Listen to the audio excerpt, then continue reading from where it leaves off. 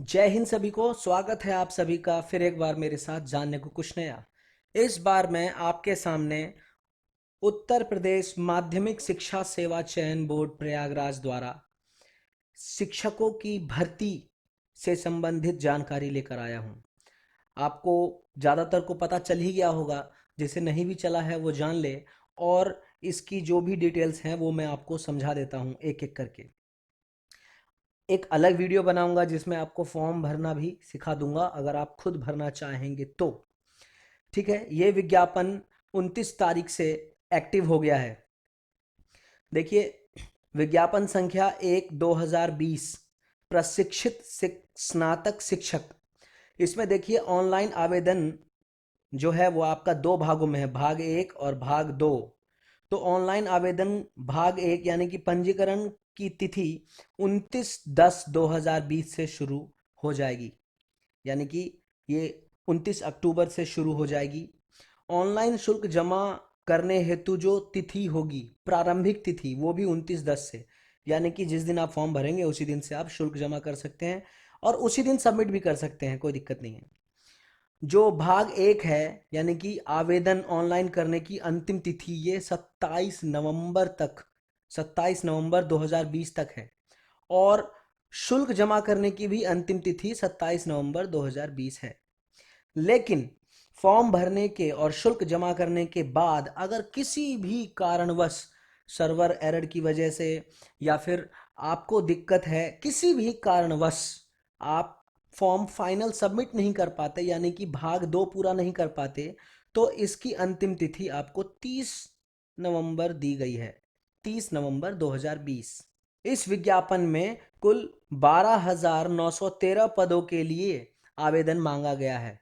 इसके बारे में डिटेल से जान लीजिए। कुछ बहुत महत्वपूर्ण निर्देश हैं जो आपको मालूम होने चाहिए। आप जो भी फॉर्म भरेंगे वो सिर्फ और सिर्फ ऑनलाइन माध्यम से होगा, किसी भी ऑफलाइन माध्यम से फॉर्म स्वीकार्य नहीं होगा। दूसरा पॉइंट, जो ये भी विज्ञप्ति पद हैं, जितने भी पद निकाले गए हैं इनकी संख्या घटाई बढ़ाई जा सकती है कभी भी, वो चयन बोर्ड के हाथ में होता है। प्रत्येक व्यक्ति यानी कि आवेदनकर्ता एक सब्जेक्ट के लिए एक ही आवेदन करेगा। अगर वो अलग अलग सब्जेक्टों से आवेदन करना चाहता है, अलग अलग विषयों से आवेदन करना चाहता है, तभी ही वो एक से अधिक आवेदन कर सकता है, वरना एक विषय के लिए सिर्फ एक आवेदन करेगा, चाहे कहीं भी से भी करे। जो भाषा संबंधी परीक्षा होगी यानी कि प्रश्न पत्र जो होंगे वो उसी भाषा में होंगे, जैसे हिंदी का हिंदी में, अंग्रेजी का अंग्रेजी में, उर्दू का उर्दू में। बाकी जो भाषा संबंधी नहीं है वो बाइलिंगुअल होंगे, इंग्लिश हिंदी दोनों में। जैसे शारीरिक शिक्षा का होगा वो अंग्रेजी हिंदी दोनों में होगा, संगीत का अंग्रेजी हिंदी दोनों में होगा, गणित का अंग्रेजी हिंदी दोनों में होगा। मतलब सिर्फ भाषा संबंधी यानी कि संस्कृत का संस्कृत में होगा, हिंदी का हिंदी में होगा, अंग्रेजी का अंग्रेजी में होगा और उर्दू का उर्दू में होगा। चयन प्रक्रिया सिर्फ और सिर्फ लिखित परीक्षा के आधार पर की जाएगी। अभ्यर्थियों को आवेदन करने से पहले अपनी सारी पात्रता सुनिश्चित कर लेनी होगी। देखिए, पात्रताओं के बारे में धीरे धीरे आगे बता दूंगा, अभी मैं इसी में लिखा हुआ है, मैं अपनी तरफ से कुछ भी नहीं बताऊंगा, जो इसमें लिखा है वो आपको विस्तार से समझा दूंगा। Last date of form filling यानी कि 30 नवंबर तक आपकी सारी पात्रताएं पूरी होनी चाहिए। आप जो कोर्स कर रहे होंगे उस कोर्स का रिजल्ट बिल्कुल आउट होके बिल्कुल आ जाना चाहिए। आपकी जो उम्र है वो 30 नवंबर तक लिमिट एज में होना चाहिए, जितना भी निर्धारित है। उम्र कितनी निर्धारित है मैं आगे बताता हूँ, 21 वर्ष से कम ना हो, और आगे उम्र का कोई स्पेशल ब्यौरा दिया गया नहीं है इसमें। अभी आपको आगे सब कुछ पता चल जाएगा, देखते रहिए। अगर आपकी पात्रता नहीं है पूरी, तो मतलब अगर 30 तारीख लास्ट डेट है, 30 नवंबर लास्ट डेट है, 30 नवंबर तक आपकी पात्रता पूरी नहीं है, तो आप जो फॉर्म भरेंगे उसको कैंसिल माना जाएगा, ये रिजेक्ट कर देंगे। EWS कोटा जो है यानी कि आर्थिक रूप से जो पिछड़े वर्ग के विद्यार्थी होंगे, यानी कि आर्थिक रूप से पिछड़े वर्ग जो EWS कोटा में आएंगे, इनके लिए 10% आरक्षण दिया गया है। और एक बात मैं आपको बता दूं, किसी भी प्रकार का आरक्षण, चाहे वो आर्थिक रूप का आरक्षण हो, स्वतंत्रता सेनानी का आरक्षण हो, विकलांग कोटा का आरक्षण हो, सिर्फ उसी को मिलेगा जो उत्तर प्रदेश का मूल निवासी है। किसी दूसरे राज्य का मूल निवासी होगा अगर वो, तो वो सामान्य वर्ग में डील किया जाएगा, यानी कि वो जनरल कैटेगरी से फॉर्म भरेगा। चलो, फॉर्म भरने की अनुमति है, ये भी बहुत है। उत्तराखंड में तो वो भी नहीं मिली। इसमें तदर्थ शिक्षकों को भी अनुमति दी गई है। तदर्थ शिक्षक वो जो कॉन्ट्रैक्ट बेसिस पे यूपी में जॉब कर रहे हैं लंबे समय से, इनको उनकी सेवा के अनुभव के आधार पर बोर्ड द्वारा निर्धारित अधिभार यानी कि अंकों का वेटेज दिया जाएगा। इसके लिए आगे भी पैरा 10 में भर्ती प्रक्रिया के उपखंड में आगे दिया हुआ है, बता दूंगा मैं आपको अभी। जो तदर्थ शिक्षक होंगे उनकी जो सेवा अवधि है उसकी गणना उनकी जो सैलरी मिली हुई होगी उसके आधार पर की जाएगी। राजकीय कोषागार ट्रेजरी द्वारा वेतन, देखिए आप यहां सामने लिखा है, वेतन भुगतान होने के दिनांक से लेकर 1/7/2020 तक के मध्य की जाएगी। आपको जो फर्स्ट सैलरी मिली होगी तब से लेकर के 1/7/2020 तक के बीच उनका वार्षिक अनुभव गिना जाएगा। विद्यार्थियों को आवेदन बिल्कुल कंप्लीट करके शुल्क जमा 30 नवंबर तक कर लेना है, वरना इसके बाद आवेदन स्वीकार नहीं किया जाएगा। ऑनलाइन आवेदन अंतिम रूप से सबमिट करने के पश्चात आपको किसी भी प्रकार के संशोधन का यानी कि किसी भी प्रकार के करेक्शन का कोई मौका नहीं मिलेगा। इसीलिए फॉर्म सबमिट करने से पहले प्रत्येक चीज को एक एक करके जांच लें बारीकी से। सबसे महत्वपूर्ण बात, नेगेटिव मार्किंग नहीं है। मौज आ गई। पर पेपर टफ बनेगा, याद रखना, नेगेटिव मार्किंग नहीं है, पेपर पूरा टफ बनेगा, बखिया उधेड़ देगा। लिखित परीक्षा परिसर में mobile phone, Bluetooth, pager, calculator या कोई भी संचार उपकरण ले जाना अनुमति योग्य नहीं है और उल्लंघन करने पर आपका कैंडिडेचर कैंसिल किया जा सकता है, आपकी अभ्यर्थता रद्द की जा सकती है। ऑनलाइन आवेदन में किसी भी प्रकार की अगर कठिनाई आती है तो सुबह 10 बजे से लेकर शाम 5 बजे तक आप इस हेल्पलाइन नंबर पर संपर्क कर सकते हैं। ऑनलाइन आवेदन करने संबंधित संक्षिप्त अनुदेश, इसके बारे में यहाँ बोलने से कोई फ़ायदा नहीं होगा। मैं आपको किसी एक कैंडिडेट का फॉर्म भर के दिखा दूंगा, आप सीख जाएंगे कि किस प्रकार से फॉर्म भरना है, तो वो आपके काम की चीज़ होगी।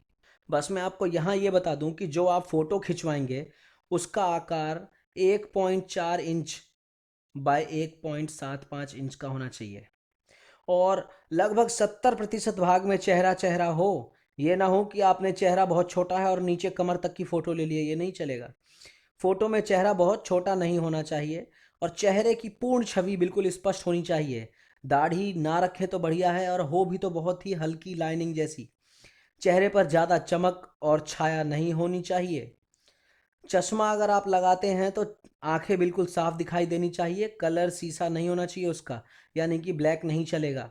और चेहरे के दोनों किनारे यानी कि दोनों कान बिल्कुल साफ साफ दिखाई देने चाहिए, बाद में कोई दिक्कत ना हो।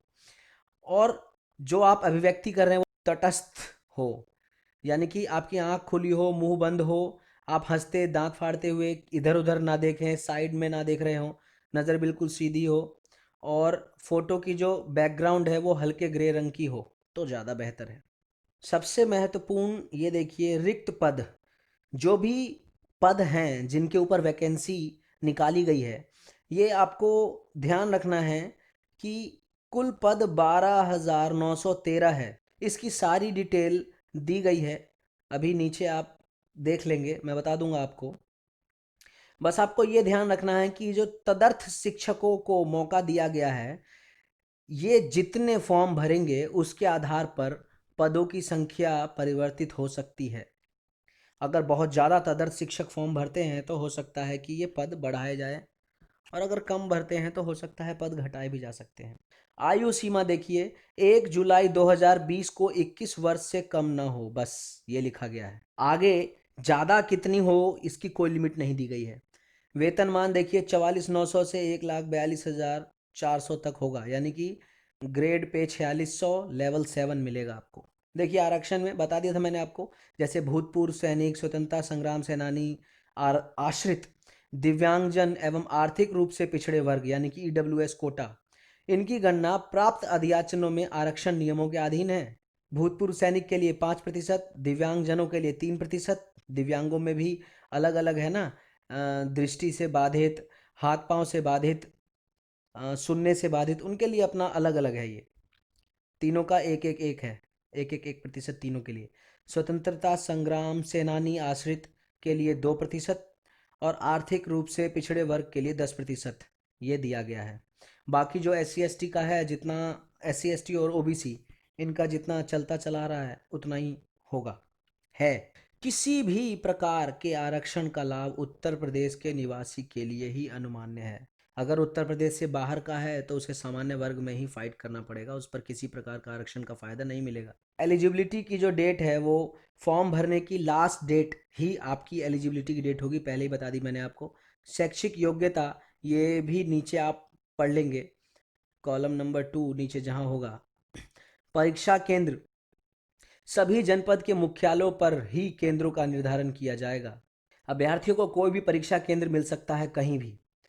परीक्षा केंद्र, समय सारणी और रोल नंबर यानी अनुक्रमांक, इनकी सूचना समय से दे दी जाएगी, बाय मैसेज या बाय मेल।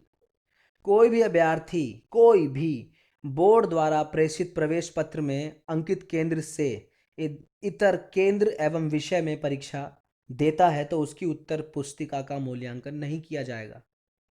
और ना ही किसी भी प्रकार का रिक्वेस्ट अगर आप करते हैं कि भाई हमारा सेंटर बदल दो, वो दूर है, हम नहीं जा सकते, वो भी मान्य नहीं है। लिखित परीक्षा यानी कि जिस भी सब्जेक्ट के लिए आप भरेंगे उसी सब्जेक्ट के सारे क्वेश्चंस होंगे। 500 अंकों का प्रश्न पत्र होगा। प्रश्न पत्र में कुल 125 प्रश्न होंगे। प्रत्येक प्रश्न 4 अंकों का होगा। सभी प्रश्न अनिवार्य होंगे। जो तदर्थ शिक्षक होंगे उनके लिए लिखित परीक्षा सिर्फ 465 अंकों की होगी और प्रत्येक प्रश्न 3.72 अंक का होगा। बाकी उनको उनके एक्सपीरियंस के आधार पर नंबर मिलेगा। वो भी अभी बताता हूँ कि कितने एक्सपीरियंस पे कितने नंबर मिलेंगे, अभी नीचे आपको पता चल जाएगा। समय अवधि यानी कि प्रश्न पत्र को हल करने के लिए 2 घंटे की समय अवधि होगी, यानी 2 घंटे का पेपर होगा। 2 घंटे में 125 क्वेश्चन करने होंगे। प्रश्न का स्वरूप क्या होगा? MCQ क्वेश्चन होंगे और प्रत्येक उत्तर के लिए 4 विकल्प दिए गए होंगे। एक सही विकल्प आपको चुनना है, जाहिर सी बात है। ब्लैक बॉल पेन का प्रयोग करना है आपको गोला भरने के लिए। देखिए, तदर्थ शिक्षकों की जो सिविल अपील हुई होगी 2016 में, उसके आधार पर वेटेज दिया जाएगा। और ये जो वेटेज है ये 1 वर्ष की सेवा पर 1.75 अंक एवं अधिकतम 35 अंक दिए जाएंगे। प्रत्येक वर्ष के लिए 1.75 अंक। जो तदर्थ शिक्षक मार्क्स पाएंगे उसमें उनका एक्सपीरियंस वाला नंबर जोड़ दिया जाएगा। मान लो कोई 465 अंक पूरे प्राप्त कर लेता है और 35 अंक एक्सपीरियंस के, तो कुल मिला के 500। समझ लो ना, जो उसको अंक मिलेंगे उसमें उसके एक्सपीरियंस के अंक जोड़ करके और तब उसका मूल्यांकन किया जाएगा। जो मेरिट लिस्ट बनेगी वो विज्ञापन जितने पदों के लिए निकला है उससे 25% अधिक की तैयार की जाएगी, लेकिन 25% से ज़्यादा नहीं।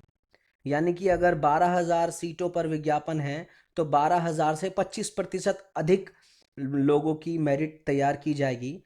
25% से ज़्यादा नहीं जाएगा वो। अभ्यर्थियों के लिए कुछ सामान्य अनुदेश दिए गए हैं। पहला, ऐसा पुरुष अभ्यर्थी जिसकी 1 से अधिक जीवित पत्नी हो या ऐसी कोई महिला अभ्यर्थी जिसने ऐसे पुरुष से विवाह किया हो जिसका पहले से ही एक जीवित पत्नी हो। मतलब आदमी भी 1 से अधिक पत्नी नहीं रख सकता, या पत्नी ने भी ऐसे किसी से शादी कर ली है जिसकी पहले से ही एक पत्नी है, यानी कि अब वो सौतन बन के जा रही है। समझ रहे हो ना? ये सभी इसके लिए पात्र नहीं है। ये सभी इस फॉर्म के लिए पात्र नहीं है। अगर कोई ऐसा विशेष कारण रहा हो, ऐसी कोई शादी करने का कोई विशेष कारण रहा हो, तब छूट दे सकती है, वो सरकार के ऊपर है। कोई भी अभ्यर्थी जो मानसिक और शारीरिक दृष्टि से स्वस्थ ना हो वो इसके लिए एलिजिबल नहीं है। उसको शारीरिक दोष से मुक्त होना चाहिए। मतलब ऐसा कोई भी दोष ना हो जो उसके कार्य को पूरा करने में बाधा डाले।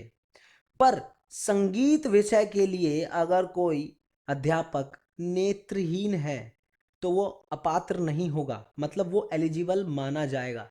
मीन्स म्यूजिक सिखाना है और वो नेत्रहीन है तो वो एलिजिबल होगा। किसी अभ्यर्थी की नियुक्ति के लिए अंतिम रूप से चुने जाने के पूर्व बोर्ड के द्वारा यह अपेक्षा की जाएगी कि वो पूरी तरह से फिजिकली और मेंटली फिट हो और किसी भी सरकारी अस्पताल या प्राथमिक स्वास्थ्य केंद्र के चिकित्सा अधिकारी से मेडिकल फिटनेस का सर्टिफिकेट प्रस्तुत करे। कोई भी पुरुष अभ्यर्थी किसी बालिका संस्था में किसी अध्यापक पद के लिए नियुक्ति का पात्र नहीं है, पर संगीत विषय के लिए किसी नेत्रहीन अभ्यर्थी पर यह लागू नहीं होगा। यानी कि म्यूजिक टीचर और वो भी नेत्रहीन, तो उस पर लागू नहीं होगा। बाकी कोई भी पुरुष किसी भी बालिका संस्था के लिए आवेदन नहीं कर सकता। कोई भी महिला किसी भी बालक एवं बालिका दोनों वर्गों के विद्यालयों के लिए पात्र है। वो बालक वर्ग पे भी आवेदन कर सकती है और बालिका वर्ग के संस्थान पर भी आवेदन कर सकती है, परंतु आवेदन पत्र में किसी एक जगह का ही उल्लेख करना होगा, या तो बालक संस्थान पर या बालिका संस्थान पर, और किसी एक विषय में केवल एक ही वर्ग यानी कि बालक या बालिका किसी एक पर ही आवेदन करोगे, एक ही मान्य होगा। आवेदन पत्र में बिल्कुल नवीनतम फोटो लगाना है, जहां जगह दी होगी वहीं पर। प्रत्येक विषय एवं वर्ग के लिए एक ही आवेदन मान्य होगा। अभ्यर्थियों को पात्रता के संबंध में चयन बोर्ड कोई परामर्श नहीं देता, इसीलिए पूरा का पूरा विज्ञापन आपको बहुत ही ध्यान से पढ़कर जान लेना है, इसीलिए मैं मदद कर रहा हूं आपकी। अभ्यर्थी यदि पूर्णतः पात्र हों तभी वो फॉर्म भरें, क्योंकि किसी भी प्रकार में आपके द्वारा जमा किया गया शुल्क लौटाया नहीं जाएगा। प्रशिक्षित स्नातक शिक्षक तथा प्रवक्ता पद की परीक्षाएं अलग अलग तिथियों में संपन्न होंगी। पात्र अभ्यर्थी दोनों पदों हेतु अलग अलग आवेदन कर सकते हैं। स्नातक शिक्षक पर अलग आवेदन और प्रवक्ता पद पर अलग आवेदन कर सकते हैं आप। इनके एग्जाम की डेट क्लैश नहीं करेंगी, टकराएंगी नहीं। किसी भी विवाद का निस्तारण अगर आपको चाहिए, यानी कि आपको किसी भी प्रकार का विवाद है और आप चाहते हैं कि उसका सॉल्यूशन हो, चाहे वो प्रश्न पत्र से संबंधित हो। मान लो प्रश्न पत्र आया है, आपको लगता है कि 10 प्रश्न गलत हैं और आप चाहते हैं कि उसका सॉल्यूशन हो, तो उसके लिए सबसे पहले आपको चयन बोर्ड को प्रत्यावेदन देना होगा, एप्लीकेशन लिखना होगा आपको चयन बोर्ड को। परीक्षा तिथि की सूचना यथा समय आपको दे दी जाएगी। अभ्यर्थियों के लिए कुछ महत्वपूर्ण अनुदेश दिए गए हैं। क्या है? पहला, आवेदन पत्र में किसी भी प्रकार का गलत तथ्य अगर आप भरते हैं, प्रमाण पत्र के आधार पर उसकी पुष्टि नहीं हो पाती, मतलब कोई भी अनाचार कदाचार किसी भी महत्वपूर्ण सूचना को छुपाने की कोशिश करते हैं, गलत तथ्य प्रस्तुत करते हैं, कोई भी धोखाधड़ी करते हैं, तो बोर्ड आपका कैंडिडेचर कैंसिल कर देगा और भविष्य में आपके किसी भी प्रकार की परीक्षा देने पर प्रतिबंध लगा सकता है। परीक्षा भवन में नकल करते पाए गए, अनुशासनहीनता करते पाए गए तो भी आपकी परीक्षा कैंसिल कर दी जाएगी, आपका कैंडिडेचर कैंसिल कर दिया जाएगा और भविष्य की परीक्षाओं पर प्रतिबंध लगा दिया जाएगा। चयन बोर्ड आपके द्वारा यानी कि अभ्यर्थी के द्वारा दी गई सूचना के आधार पर आपको लिखित परीक्षा में बैठने का मौका तो देगा, परंतु अगर ये पाया गया बाद में, अगर ये पाया गया कि आप अब एलिजिबल नहीं थे या आपने किसी भी प्रकार की गलत चीज़ दी है, तो चयन बोर्ड आपके कैंडिडेचर को, आपके अभ्यर्थन को निरस्त कर देगा। अगर आपको मेमोरेंडम तक इशू किया जा चुका है, यानी कि आपका ऑफर लेटर भी अगर आ चुका है, उसके बाद भी अगर किसी भी प्रकार की धोखाधड़ी या ये पाया गया कि आप एलिजिबल नहीं हैं, कोई अभ्यर्थी एलिजिबल नहीं है, तो कैंडिडेचर को कैंसिल किया जा सकता है। चयन बोर्ड किसी भी प्रकार की कोई भी परामर्श नहीं देता, इसीलिए आवेदन करने से पहले सब कुछ पढ़ के बिल्कुल क्लियर कर लें। आवेदन की लास्ट डेट से पहले हर प्रकार की एलिजिबिलिटी को आप पूरा कर लें, चाहे वो उम्र हो, चाहे वो आपका रिजर्वेशन के लिए सर्टिफिकेट हो, चाहे वो आपकी एजुकेशनल क्वालिफिकेशन हो। परीक्षा की तिथि, समय, केंद्र, किसी भी प्रकार की सूचना आपको ईमेल व एसएमएस के माध्यम से ही दी जाएगी और जो सेंटर मिलेगा उसी सेंटर पर परीक्षा देना होगा। एक बार आवेदन सबमिट हो गया, उसके बाद किसी भी प्रकार का कोई भी बदलाव, चाहे वो आरक्षण श्रेणी से हो, जन्म तिथि से हो, जेंडर से हो, किसी भी प्रकार का सुधार मान्य नहीं होगा। इसलिए रजिस्ट्रेशन करने से पहले सब कुछ बारी बारी से चेक कर लें। हाँ, डेट ऑफ बर्थ के लिए सिर्फ और सिर्फ हाई स्कूल या उसके समकक्ष जो परीक्षा आपने उत्तीर्ण की है उसी के प्रमाण पत्र को वैलिड माना जाएगा। उसके अलावा आपके डेट ऑफ बर्थ के लिए कोई भी चीज़ वैलिड नहीं मानी जाएगी, किसी भी चीज़ को मान्य करार नहीं दिया जाएगा। जब आपका डॉक्यूमेंट वेरिफिकेशन हो रहा होगा उस समय आपको आयु, शैक्षिक योग्यता की पुष्टि, मतलब आपकी क्या क्वालिफिकेशन है, अंक पत्र, प्रमाण पत्र, डिग्री, उपाधि पत्र, जो भी कुछ है वो सब आपको प्रस्तुत करना होगा डॉक्यूमेंट वेरिफिकेशन के समय। अगर आप फॉर्म भरते समय जन्म तिथि का उल्लेख नहीं करते हैं या आप ज़्यादा उम्र हैं या कम उम्र के हैं तो आपका फॉर्म एक्सेप्ट नहीं होगा। आपकी क्वालिफिकेशन पूरी नहीं होती तो आपका फॉर्म एक्सेप्ट नहीं होगा, सबमिट नहीं होगा। निर्धारित साइज की फ़ोटो अपलोड नहीं करेंगे या फिर सही रूप से स्पष्ट हस्ताक्षर अपलोड नहीं करेंगे तो उसका कैंडिडेचर कैंसिल कर दिया जाएगा। अगर आपको नियुक्ति चाहिए तो रिटन एग्ज़ाम के बाद जो भी इन चयन बोर्ड की क्राइटेरिया होगी उसके आधार पर आपको अपना स्वास्थ्य परीक्षण करवाना होगा। आपको किसी भी प्रकार की तकलीफ है, कोई भी दिक्कत आ रही है फॉर्म भरने में तो इस नंबर पर आप फ़ोन कर सकते हैं सुबह 10 से शाम 5 के बीच। आवेदन से पूर्व अभ्यर्थियों हेतु महत्वपूर्ण निर्देश। अभ्यर्थियों की एलिजिबिलिटी जो है वो चयन बोर्ड का निर्णय अंतिम निर्णय होगा। आप एलिजिबल है या नहीं उसके लिए चयन बोर्ड जो निर्णय करेगा वो उसका अंतिम निर्णय होगा। उत्तर प्रदेश के आरक्षित श्रेणी के सभी अभ्यर्थी आवेदन में अपनी आरक्षण श्रेणी अवश्य अंकित करें। अगर आप उत्तर प्रदेश के निवासी हैं तो ही आपको आरक्षण मिलेगा और लेना चाहते हैं तो आरक्षण जरूर अंकित करें। महिला अभ्यर्थी के मामले में पिता पक्ष से निर्गत जाति एवं निवास प्रमाण पत्र ही मान्य होगा। आप किसी और राज्य के हैं, मान लीजिए आप बिहार के हैं या फिर आप उत्तराखंड के हैं, हिमाचल के हैं, कहीं और के हैं, आपकी शादी उत्तर प्रदेश में हुई है और अब आपने बनवा लिया अपना ओबीसी या फिर किसी भी प्रकार का आरक्षण का सर्टिफिकेट तो वो मान्य नहीं होगा। आपके पिता पक्ष द्वारा निर्गत निवास प्रमाण पत्र ही मान्य होगा। किसी भी राष्ट्रीय स्तर की खेलकूद प्रतियोगिता में अगर आपने भाग लिया है और आप उसका बेनिफिट चाहते हैं तो वो आपको तभी मिलेगा अगर आपने उत्तर प्रदेश की राज्य की टीम की तरफ से खेला है या फिर अगर आपने उत्तर प्रदेश शासन द्वारा, अगर आप उत्तर प्रदेश शासन में कार्यरत हैं पहले से और आपने उत्तर प्रदेश शासन की टीम को लीड किया है, अगर आपने उत्तर प्रदेश शासन या उत्तर प्रदेश राज्य की टीम की अगुवाई की है तभी ही आपको स्पोर्ट्स का कोई भी बेनिफिट मिल पाएगा, अन्यथा आपका कोई भी दावा स्वीकार्य नहीं किया जाएगा। कोई भी जो स्वतंत्रता संग्राम सेनानी के आश्रित होने का दावा करते हैं उनको उत्तर प्रदेश का होना आवश्यक है और उन्हें उत्तर प्रदेश शासन द्वारा जारी यथा संशोधित शासनादेश दिनांक 21 अप्रैल 2015 के साथ संलग्न प्रारूप पर बना जो 1993 का प्रूफ होगा उनके पास वो तो चलेगा ही चलेगा, लेकिन एक उसमें करेक्शन किया गया है 21 अप्रैल 2015 के आधार पर, वो प्रूफ भी देना पड़ेगा। जो शारीरिक रूप से विकलांग होने का दावा करते हैं उन्हें भी जो सर्टिफिकेट अपना देना होगा वो उत्तर प्रदेश सरकार द्वारा जारी किए गए प्रारूप के आधार पर ही हो। वो सब नीचे दिया गया है, चाहे वो स्वतंत्रता संग्राम सेनानी के लिए हो या फिर किसी शारीरिक रूप से विकलांग के लिए हो, सब नीचे दिया गया है। अभी आपको सब दिखा देता हूँ मैं। जो भी अभ्यर्थी केंद्र या राज्य सरकार की सेवा में हैं वो पहले ही अपना एनओसी ले लें, अनापत्ति प्रमाण पत्र, नो ऑब्जेक्शन सर्टिफिकेट जिसे बोलते हैं, क्योंकि जब भी मांगा जाएगा चयन बोर्ड को प्रस्तुत करना होगा। जब भी चयन बोर्ड आपसे मांगेगा आपको उसे प्रस्तुत करना होगा।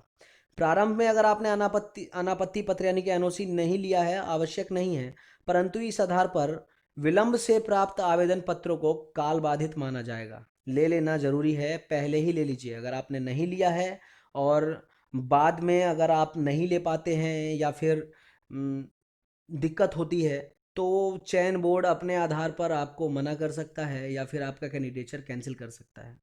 तो इसलिए आपको एनओसी पहले ही ले लेना है। ये देखिए, ये सारे प्रारूप दिए हुए हैं।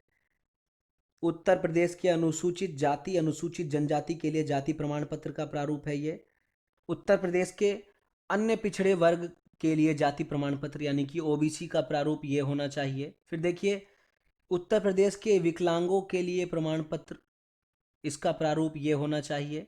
ये सब आपको नोटिफिकेशन मिल जाएगा, आप नोटिफिकेशन ले लीजिए और नोटिफिकेशन का ये पेज प्रिंट आउट करवा के इसी के आधार पर बनवा लीजिए। उत्तर प्रदेश के स्वतंत्रता संग्राम सेनानी के आश्रित के लिए प्रमाण पत्र। आप इसी आधार पर ये नोटिफिकेशन सब मिल ही जाएगा आपको, उसके आधार पर प्रिंट आउट करवा लीजिए। मान्यता प्राप्त क्रीड़ा खेल में अपने प्रदेश की ओर से राष्ट्रीय प्रतियोगिता में भाग लेने वाले खिलाड़ी का प्रमाण पत्र इस आधार पर होना चाहिए। आपको पूरा बनवाना होगा, जहाँ से खेले हो, जिसके लिए खेले हो, उसके आधार पर बनवा करके आपको पूरा मुहर लगवा के सिग्नेचर करवा के रेडी रखना होगा। सभी सब्जेक्ट्स की सीट दी हुई है, जनरल के लिए, ओबीसी के लिए, एससी के लिए, एसटी के लिए। टोटल मैं शारीरिक शिक्षा की बात करूँगा, कितनी है यहाँ पर, 261 सामान्य वर्ग के लिए है, 152 ओबीसी के लिए, 80 एससी के लिए है और 4 एसटी के लिए है। टोटल 497 वैकेंसी है फिजिकल एजुकेशन की, शारीरिक शिक्षा की। ये बालक वर्ग का कह रहा हूँ मैं। उसके बाद बालिका वर्ग के लिए अलग है। बालिका वर्ग के लिए शारीरिक शिक्षा में 26 है general, 12 OBC, 10 SC, 0 ST, total 48 है। जो एजुकेशनल क्वालिफिकेशन है ये आप इसमें देख पा रहे होंगे, जो जिस विषय का है वो अपने विषय के एजुकेशनल क्वालिफिकेशन को ध्यान से देख ले। नोटिफिकेशन मिल जाएगा उसमें से देख लेंगे, नोटिफिकेशन नहीं मिलेगा तो यहाँ देख लीजिए आप। फिजिकल एजुकेशन की चर्चा करूँगा, यानी कि शारीरिक शिक्षा। इसमें देखिए, इसमें इंटरमीडिएट का प्रमाण पत्र या उसके समकक्ष जो भी किया हो, प्लस सीपी एड, सरकार राज्य के शिक्षा विभाग द्वारा, प्राइवेट से नहीं, सरकार राज्य के शिक्षा विभाग द्वारा जिसको मान्यता प्राप्त हो, ऐसी ही किसी संस्था से आपने सीपीएड किया हो, certificate in physical education, 1 year का सर्टिफिकेट कोर्स होता है, या उसके समकक्ष और कोई आहर्ता, यानी कि आपके पास सीपीएड नहीं है तो आपके पास बीपीएड हो। देखिए लिखा है ना, सीपीएड प्रमाण पत्र या अन्य समकक्ष प्रमाण पत्र अनिवार्य है। अगर आपने साथ में बीएड, एमएड, पीएचडी या किसी भी राष्ट्रीय स्तर की खेलकूद प्रतियोगिता में राज्य स्तर की टीम से भाग लेने का प्रमाण पत्र जारी किया तो आपको वरीयता दी जाएगी, प्रेफरेंस दिया जाएगा। समझ रहे हैं? मतलब आप अगर आपने अपने राज्य की अगुवाई की हो, आपने अपने राज्य को प्रदर्शित किया हो किसी भी राष्ट्रीय या अंतर्राष्ट्रीय या किसी भी प्रकार की खेलकूद प्रतियोगिता में, नेशनल लेवल की होनी चाहिए वो, तो आपको वरीयता दी जाएगी, प्रेफरेंस दिया जाएगा आपको। बाकी प्रत्येक विषय के लिए सब कुछ सामने लिखा है, जिसे आप आसानी से देखकर और अपनी एजुकेशनल क्वालिफिकेशन की अहर्ता जान सकते हैं। देखिए, वैसे भी जिसे टीचर बनना होता है वो बिल्कुल जान के रखता है। मुझे पता है कि 90% अभ्यर्थियों को पता होगा कि किस प्रकार की एजुकेशनल क्वालिफिकेशन चाहिए उनको उनके सब्जेक्ट के लिए, और वो उसमें माहिर होंगे, बिल्कुल रेडी होंगे, अप टू डेट। ठीक है, और अगर किसी को नहीं भी पता होगा तो वो इस नोटिफिकेशन को देख कर के जान ले। अपने सभी दोस्तों, भाई और बहनों की सेवा ही राष्ट्र सेवा का प्रारूप है। मेरे साथ जुड़े रहिए, सीखते रहिए। जय हिंद।